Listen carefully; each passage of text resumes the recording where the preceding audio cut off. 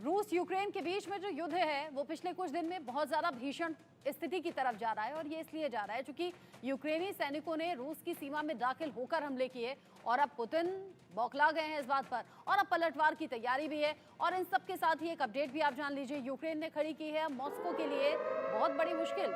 Ukraine ने Kursk हमले में एक पुल को ढा दिया, रूसी इलाके में दूसरा पुल उड़ाया भी, और अब यहाँ पर भी वही देखा गया, पुल को ढा दिया गया। रूसी सेना तक पहुंचने वाली मदद में अब मुश्किल बढ़ गई है क्योंकि ये पुल उसमें काम आता था। यूक्रेन का जीते हुए क्षेत्र पर कब्जा बरकरार रखना लक्ष्य है। यूक्रेन ने बड़ी मुश्किलें मॉस्को के लिए बढ़ा दी हैं। यूक्रेन ने कुर्स्क हमले के बाद अब जिस तरीके से अपने कदम आगे बढ़ाए हैं उसके लिए रूस सोचने वाली बात है कि इसका इंतकाम कैसे लेगा, इसका बदला कैसे लेगा। कुर्स्क हमले के बाद एक पुल को ढा दिया, रूसी इलाके में दूसरा पुल भी उड़ाया, उसे भी ढा दिया। रूसी सेना तक पहुंचने वाली मदद में अब बड़ी मुश्किल आ रही है। यूक्रेन का जीते हुए क्षेत्र पर कब्जा बरकरार, ये लक्ष्य लगातार बना हुआ है कि यूक्रेन लगातार अपने कदम आगे बढ़ाए, रूस के अलग अलग हिस्सों में पहुंचे, रूस का झंडा हटाए, यूक्रेन का झंडा लगाए और रूसी इलाकों में एक एक करके कब्जा करे। लेकिन ये जो पुल ढहाने की घटना सामने आई है, इससे रूसी सेना को पहुंचने वाली जो मदद है उसमें भी अब बाधा आ रही है। यूक्रेन की कुर्स्क वॉर रिपोर्ट आखिर क्या कहती है, कैसे एक के बाद एक हमले किए, कैसे यूक्रेनी सैनिक आगे बढ़ रहे हैं, जानिए। पहला दिन जब सुजा कोर्नेवो पर हमला किया गया, फिर उसके बाद में दूसरा दिन जब 15 किलोमीटर का इलाका जीता, 11 गांवों पर कब्जा कर लिया और ये सिलसिला फिर आगे बढ़ता चला गया। आ जाइए तीसरा दिन जब 430 वर्ग किलोमीटर इलाका जीता गया। फिर आ जाइए पांचवा दिन जब यूक्रेनी सेना सुजा शहर में घुसती है और फिर वहां इलाके को घेर लेती है। फिर उसके बाद में अगला दिन जब बेलगेरोद पर हमला करके पोरोज इलाका जीता गया। साथ ही साथ उससे अगला दिन बोलोवस्की क्षेत्र में हमले शुरू कर दिए गए। फिर अगला दिन जब क्रानोयाजुर्स्की इलाके में यूक्रेनी झंडा लहराया गया और ये लगातार रूसी इलाकों में हो रहा है। उससे आगे कुर्स्क और बेलगोरोद से 77 गांव और कब्जों पर कब्जा कर लिया। गांव, कस्बे, यहाँ अलग अलग जगह यूक्रेनी सैनिक घुस रहे हैं और अलग अलग इलाकों पर कब्जा कर रहे हैं। यूक्रेन का सुजा शहर पर पूरी तरह से कब्जा हो चुका है। साथ ही साथ 1150 वर्ग किलोमीटर इलाके में सैन्य प्रशासन अभी नजर आ रहा है। जिस तरीके से एक के बाद एक अलग अलग दिनों में यूक्रेनी सैनिक आगे बढ़े हैं, उससे मालूम होता है कि यूक्रेनी सेना जो है वो बहुत सोच समझकर स्ट्रैटेजी वाइज आगे बढ़ी हुई है और अलग अलग गांवों में, अलग अलग इलाकों में पहुंचकर अब बदला भी ले रही है और कब्जा भी कर रही है। साथ ही साथ बड़ा अपडेट, जवाबी हमले में रूस का यूक्रेन पर ताबड़तोड़ हमला सामने आया है। खतरनाक मोड़ पर अब रूस यूक्रेन का युद्ध पहुंच चुका है। यूक्रेन की राजधानी कीव को इसमें निशाना बनाया गया। रूसी सेना ने कीव पर दागी हैं एक के बाद एक कई मिसाइल। जवाबी हमले में रूस ने यूक्रेन में ये एक के बाद एक मिसाइल दागी हैं और कीव पर एक के बाद एक ये हमला जो कि चिंता यूक्रेन की बढ़ा सकता है। हालांकि यूक्रेन पहले ही तबाही के मुहाने पर खड़ा है, ऐसे में यूक्रेन में और ज्यादा तबाही के इरादे से ये हमले किए गए हैं क्योंकि उधर रूस में घुसकर यूक्रेनी सैनिकों ने एक के बाद एक गांव और कस्बों को कब्जा कर लिया है, उन्हें अपने घेरे में ले लिया है। उधर रूस का प्रहार कैसे सामने आ रहा है, अब ये जानिए। Su-24, Mi-8, Mi-17 इन सभी का इस्तेमाल जो है रूस वो कर रहा है यूक्रेन के खिलाफ और साथ ही साथ स्कंदर मिसाइलों से भी प्रहार एक के बाद एक हो रहा है। 2 हिमार्स मिसाइल हैं जो यहाँ पर पूरी तरह से नष्ट कर दी गई हैं। सुमी में MLRS पर हमला किया गया है। यहाँ patriot air defence S-125 anti aircraft system भी आपको तैनात नजर आएगा। यहाँ रूस की तरफ से जब हमला किया गया है, अलग अलग मोर्चों पर यह हमला, अलग अलग तरीके से यह हमला और इसमें यूक्रेन को पहुंचा है बड़ा नुकसान। स्कंदर मिसाइलों से प्रहार किया गया है और अब ये जो हमला है उसका अच्छा खासा असर यूक्रेन की धरती पर नजर आ रहा है क्योंकि पुतिन ये जानते हैं कि अगर यूक्रेनी सेना को अपनी तरफ आगे बढ़ने से रोकना है तो यूक्रेन में भारी तबाही मचानी होगी। अब कैसे रूस सतर्क है और कैसे अब यूक्रेनी सैनिक जो आगे बढ़ रहे हैं उन्हें बढ़ने से रोकना और अपनी सुरक्षा के इंतजाम क्या है ये जान लीजिए। यहाँ पर 6 इलाके ऐसे हैं जो पूरी तरह से खाली करवा दिए गए हैं। ये रूस की तरफ से हुआ है जिसमें सोव खोजनी है और अब सोव खोजनी के इलाके को पूरी तरह से खाली करा दिया गया, लोगों को वहां से हटने के लिए कहा गया है। डोब्रोपोली भी वो इलाका है जहां से लोगों को हटने के लिए कहा गया है। कजा चौक को भी इलाका खाली करा दिया गया। इसके अलावा नोवो पेट्रोवका को भी इलाके को खाली कराया गया है। कोलो टिलोवका को खाली कराया गया और वटोरिया को भी खाली कराया गया है। ये वो अलग अलग 6 इलाके हैं जिन्हें खाली कराकर रूस नुकसान को कम करना चाहता है, क्योंकि अगर यहाँ लोग होंगे, यहाँ हमले होंगे, तो जाहिर सी बात है कि सिविलियंस को भी नुकसान होगा, क्योंकि इमारतें अगर नष्ट हों तो उन्हें बनाया जा सकता है, लेकिन जान जाएगी तो वो वापस नहीं लाई जा सकती। इसलिए ये रूसी सेना के कुछ एहतियातन कदम है जिसमें इन 6 इलाकों को खाली किया गया है, जो टीवी स्क्रीन पर आप देख रहे हैं। इस पर बात हम करेंगे क्योंकि हालात इस टकराव की स्थिति में लगातार भीषण होते हुए नजर आ रहे हैं और ये तब से ज्यादा है जब से यूक्रेनी सैनिक रूस की सीमा में घुसे हैं। Group captain retired VN Jha sir मेरे साथ में जुड़ गए हैं रक्षा विशेषज्ञ के तौर पर। कर्नल रिटायर्ड जेएस सोधी मेरे साथ में हैं, विदेश मामलों के जानकार। आप दोनों का बहुत स्वागत।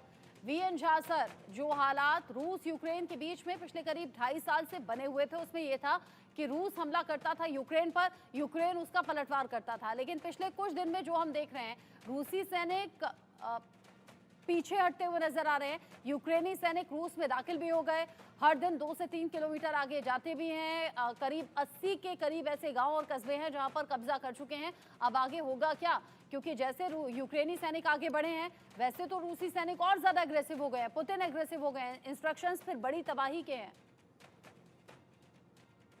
कृष्णा जी, सुप्रभात। देखिए, आपके जितने दर्शक हैं और आपने जितनी भी चीज़ें बताई हुई हैं, इसमें एक छोटा-सा चीज़ हमारे ज़हन में रखना पड़ेगा। ये जितने खबर आ रही हैं, ये वेस्टर्न मीडिया से छन के आ रही हैं। यूक्रेन में आज के दिन में जो भी हो रहा है, वहाँ पे बाकी मीडिया नहीं है, वहाँ पे यूक्रेनी मीडिया है और यूरोपियन मीडिया जो चीज़ वहाँ से फ़िल्टर करती है, वही हम सबों के सामने में आती है। रशिया किस तरह से इसको अपनी मीडिया से देखता है या बाकी की जो दुनिया है, उसके जो मीडिया किस तरह से देखती है, ये चीज़ हमारे सामने में आ नहीं रही है, बहुत कम आ रही है।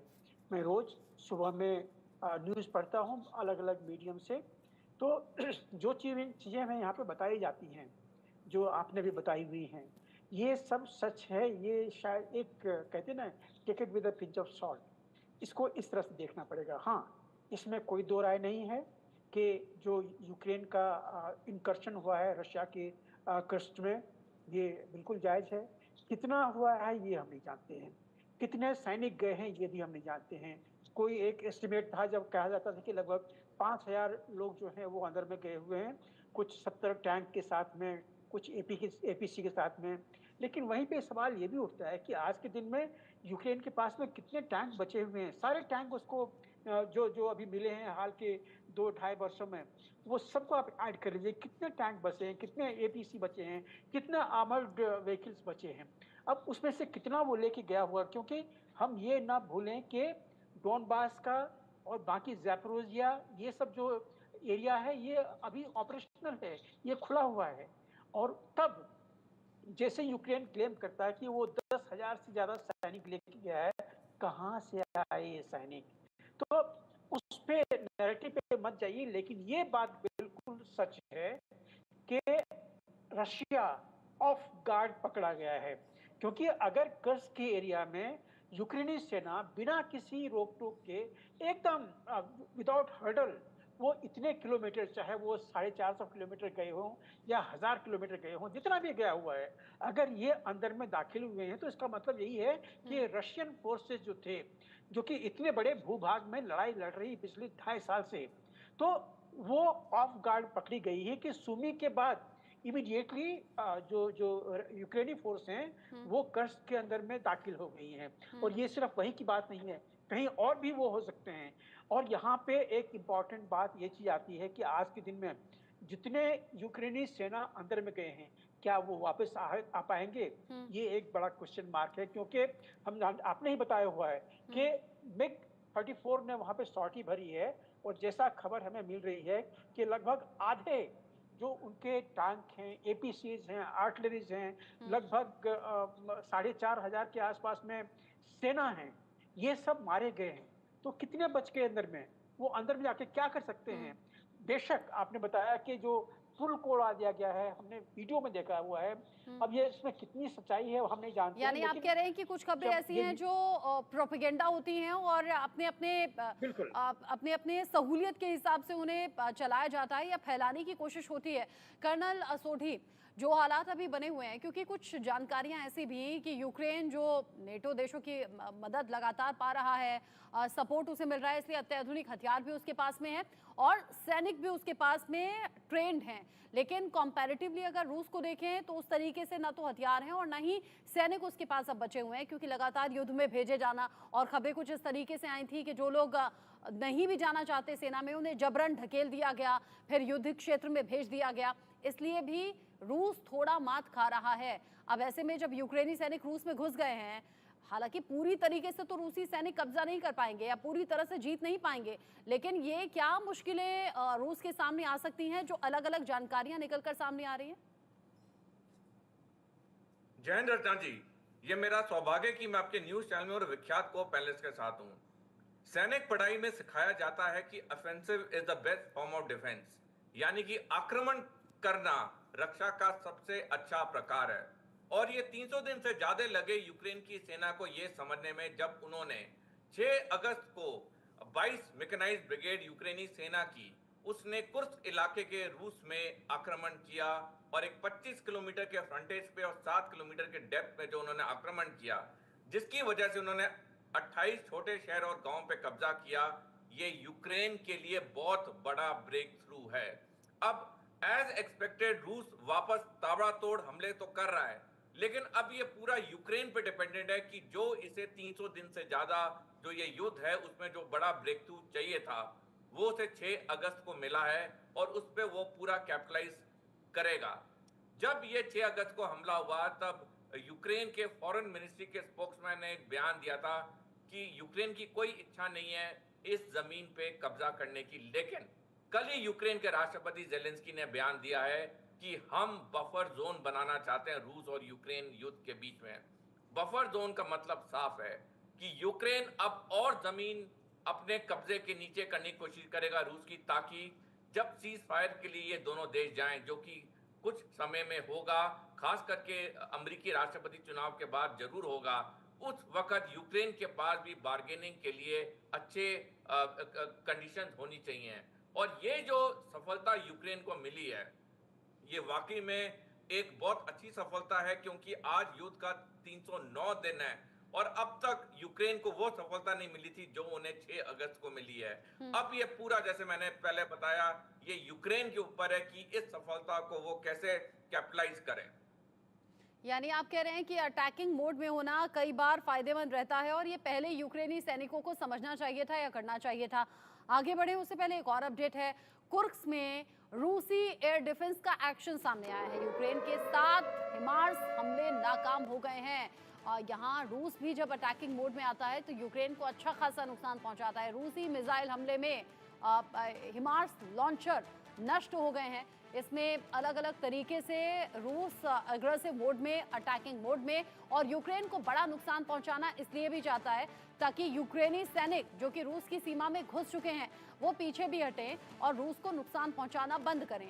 अब ऐसे में जो नेटो देशों का साथ है वो यूक्रेन के साथ है और इसीलिए अत्याधुनिक हथियार हैं, मिसाइल हैं उसके पास, जिसके बाद रूस पर वो बड़ा हमला भी कर पाया, सीमा में भी घुस पाया और यहाँ भारी पड़ता हुआ भी नजर आ रहा है। अब ये जो युद्ध की आग है ये और ज्यादा भड़केगी क्या? ये सवाल इसलिए है क्योंकि रूस को ये कतई गवारा नहीं कि रूसी सैनिक भीतर भी घुस आए और अब एक एक करके कब्जा भी अलग अलग गांवों पर और कस्बों पर कर रहे हैं। अब इस बीच रूस का भी एक दावा सामने आया है। रूस का दावा ये है कि यूक्रेन एटमी युद्ध करवाने की साजिश रच रहा है।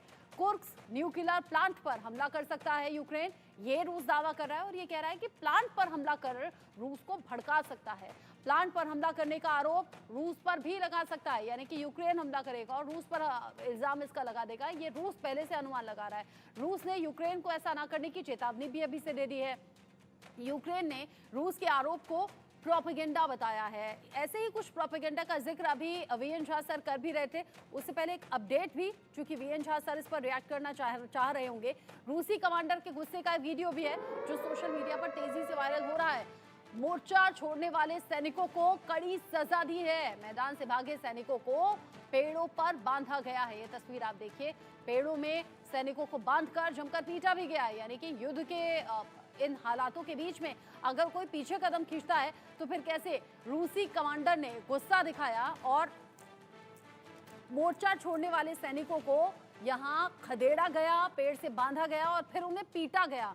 ऐसे में युद्ध के क्षेत्र के लिए सैनिकों को जब तैयार किया जाता है तो उन्हें हर हालात से आगाह कराया जाता है कि हालात कोई भी हो, लेकिन युद्ध की भूमि छोड़कर नहीं जानी है। लेकिन यहाँ मुश्किलें इसलिए भी हैं क्योंकि इससे पहले भी जैसा हमने जिक्र किया कि रूसी सेना में जबरन भी युवाओं को भर दिया गया है। वो भी ऐसे लोग हैं जो कि लड़ना नहीं चाहते।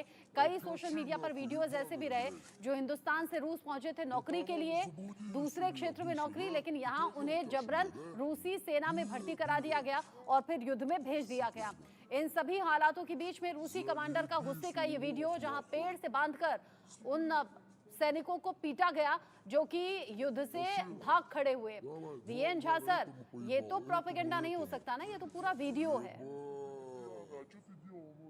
जी हाँ, देखिए अभी दोनों सेना में, रूसी हो या यूक्रेनी हो, इसमें उसके जो नेशनल्स हैं वो तो हैं ही, लेकिन बाहर से भी बहुत सारे लोग आए हुए हैं। आपने सुना ही होगा कि चेचन का तो वहाँ पे काफ़ी सारे बटालियंस हैं वहाँ पे। तो चेचन फोर्स हैं, हमारे भारतीय वहाँ पे हैं, नेपाली वहाँ लड़ रहे हैं। अगर भारत और नेपाल के लोग वहाँ लड़ रहे हैं तो आप अनुमान लगा लीजिए कि कहाँ-कहाँ के लोग, चाहे इंडिविजुअल कैपेसिटी में गए हों या अदरवाइज़, कहाँ-कहाँ के लोग वहाँ पे लड़ रहे हैं। तो ये चीज़, इसमें कोई दो राय नहीं है कि वहाँ पे बहुत सारे सेना ऐसे हैं, सेना में बहुत सारे पर्सनल ऐसे हैं जो रिलक्टेंट हैं, वो वहाँ से भागना चाहते हैं या वहाँ पे लड़ना नहीं चाहते हैं। तो ये बात तो जायज़ है। लेकिन रचना, एक चीज़ आप याद रखिएगा, ये हम जानते हैं कि हिरोशिमा और नागासाकी में एटम बम अमेरिका ने गिराए थे। जिस कारण से वहाँ पे वो एटम बम गिराए थे, उसका पैरामीटर्स जो है, वो रशिया के लिए आज से लगभग 1 साल पहले ही वो मिल चुका है। मतलब अगर कोई पैरेलल ड्रॉ करना चाहे कि जो कंडीशंस, जिस जिस चीज़ के लिए अमेरिका ने जापान पे बम गिराए थे, क्या वो पैरामीटर आज के दिन में रूस को मिल रहे हैं यूक्रेन में गिराने के लिए? तो सवाल है कि वो पैरामीटर आज से लगभग 1 डेढ़ साल पहले ही मिल गए थे। आज के दिन में रशिया जिस तरह से इस युद्ध को देखना चाहता है कि इस तरह से हो रहा है, वो नहीं हो रहा है और ये सबसे बड़ा पैरामीटर है। याद रखिए, ये जो भूमिकाएँ हैं, जिसको हम लोग रेड फ्लैगिंग कहते हैं कि चाहे वो डर्टी बॉम्ब गिराया जाए या डिप्लीटेड यूरेनियम का प्रयोग किया जाए, ये एक समा बाँधने जैसी चीज़ें हैं, वही रेड फ्लैगिंग होता है। मैं सरप्राइज़ नहीं होऊँगा कि कभी भी इस तरह के अटैक यूक्रेन में हो, क्योंकि रशिया जो है वो काफ़ी विचलित होना चाहिए उसको कि जितने उसके सेना मारे गए हैं, जितने उसके आर्मामेंट खत्म हो गए हैं और ये जो काउंटर ऑफेंसिव जो शुरू हुआ कर्स्क में, ये सारी जो चीज़ें हो रही हैं, ये सारी चीज़ें इंडिकेशन हैं कि रशिया, हालाँकि उनके जो कैबिनेट हैं वो उन्होंने बहुत पहले ही सैंक्शन दे दी है। उन्होंने अपने जो कीज़ हैं न्यूक्लियर आर्सेनल की, वो की को ऑलरेडी जो ऑपरेटर हैं उनके हैंड में दे दिया हुआ है कि कब आपको इंस्ट्रक्शन दी जाएगी कि आप इसको यूज़ कीजिए। तो ये चीज़ ध्यान रखिए कि ये युद्ध बहुत ही विभीषिका की ओर में बढ़ रहा है, क्योंकि अगर एटमी जो जो चाबी है वो अगर खुली तो यूक्रेन तो बर्बाद हो जाएगा, क्योंकि ये यूक्रेन के ऊपर में होगा और जब ये एटमी अगर प्रहार हुआ तो फिर नेटो इसको